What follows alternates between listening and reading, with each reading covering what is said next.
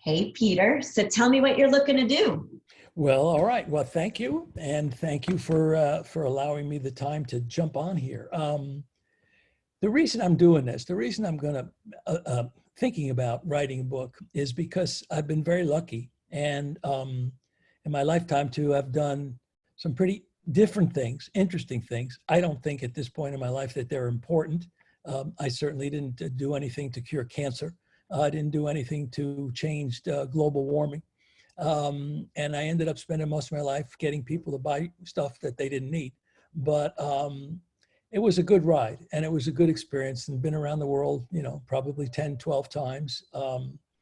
But people have asked me over the last X number of years, probably 20 years, tell us a story about so-and-so, tell us a story about so-and-so, because I worked at some interesting places. And when I tell some of the stories, which are all true, memory's a little bit fuzzier now than it was maybe 20 years ago. But in most cases, it makes people either say, wow, or they laugh and they say, or I knew it. The purpose of the book is not a show all, tell all. I don't want to talk about bad things. I mean, there's enough bad things in the world. They don't need, I don't need to add to it. But really good things and kind of behind the scenes things.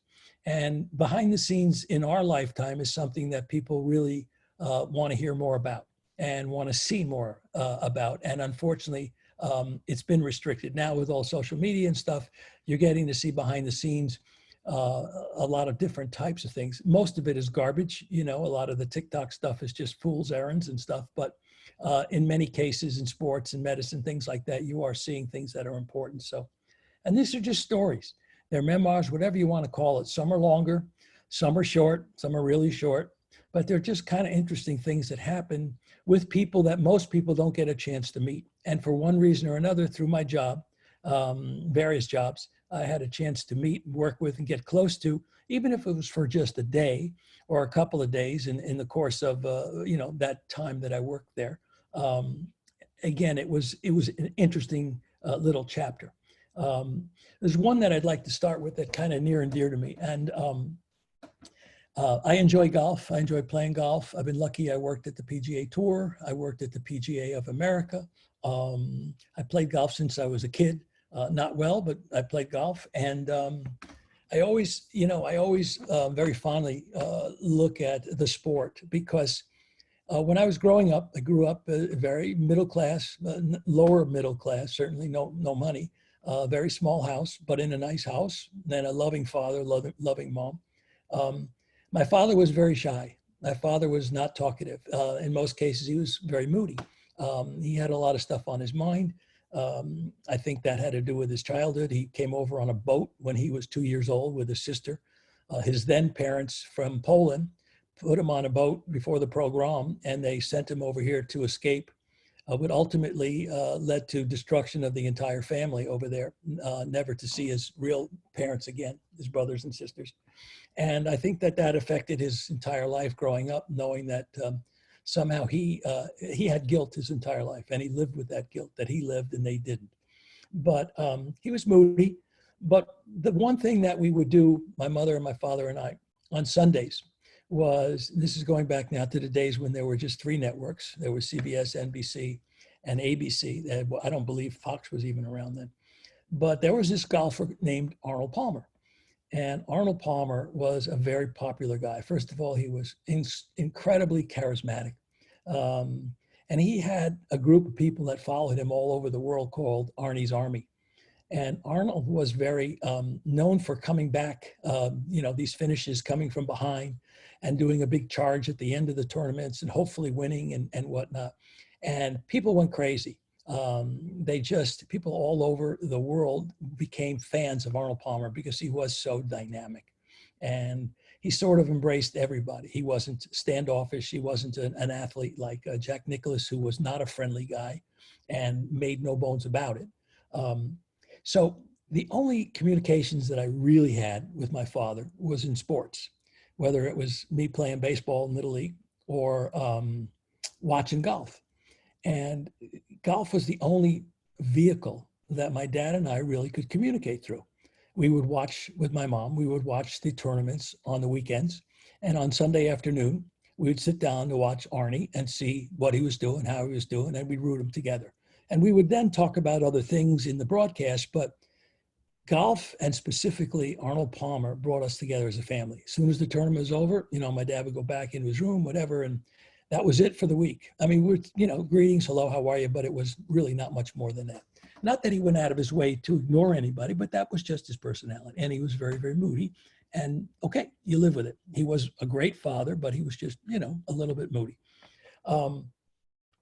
I said to myself somewhere in the back of my mind as a kid growing up that if I ever had a chance to meet Arnold Palmer someday, that I wanted to tell him what it meant to my family for him to be on the air, and he brought us together as a family. The only time during the week was when we were watching him, and we came together to root as part of his army.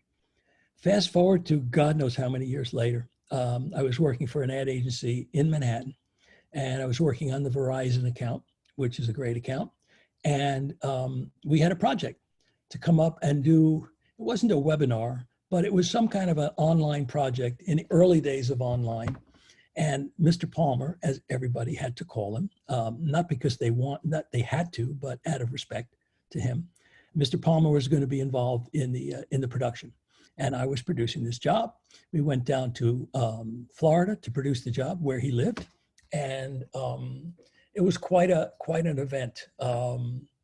So the day shows up, we're at a huge stage on Universal Studios, and Mr. Palmer comes up in his car. We had a car arranged for him. And I go out to meet him and open the door to his car and say, "Hi, Mr. Palmer, how are you, sir? And your dressing room is down here.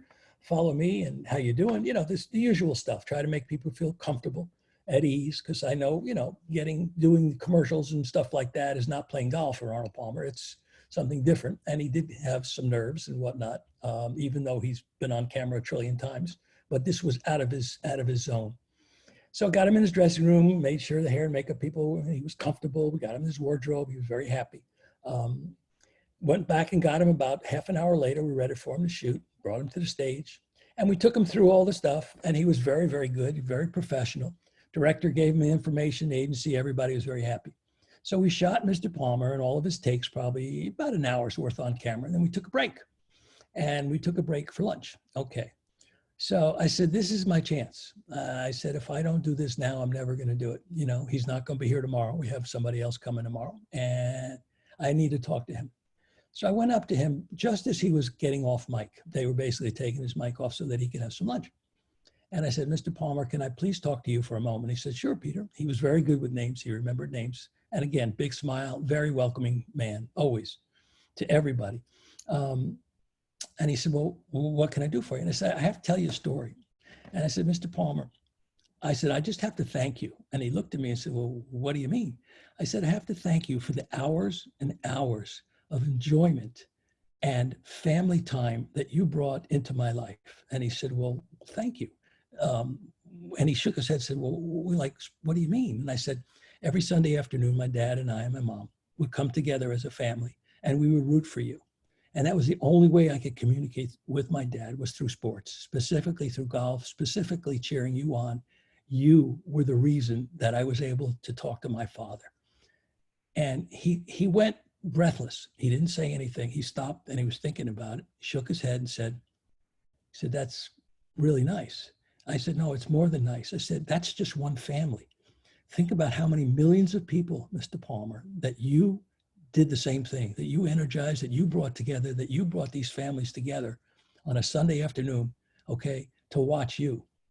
And he said, "I never thought about that." And I saw a tear in his eye. And I said, "I just have to tell you, when I think about my dad, I think about how you brought us together. And I always waited for the day, if I ever had the chance, to thank you. And I'm shaking your hand and I'm thanking you. And I just want you to know that." And there was dead silence, because obviously, the man is one of the greatest athletes, obviously, one of the nicest people ever in the sporting world, totally unaffected. And the guy started to cry. And it was like, holy crap. And he said, "Thank you very much." Shook my hand, didn't let go of the hand. It was a strong man-to-man handshake. And he walked away. And that was it. I had my moment. I was done. If I had died 2 minutes later, It'd been fine. But I got a chance to tell him what he did for me and millions of other people in this country. And I don't think anybody who had nothing to gain, I had nothing to gain by this. I wasn't asking him for sponsorships or money or any of that junk, the way most people around him were. I just wanted to thank him. And that was a really special day. And I really want my book, if I ever get a chance to publish this, to be able to tell that story.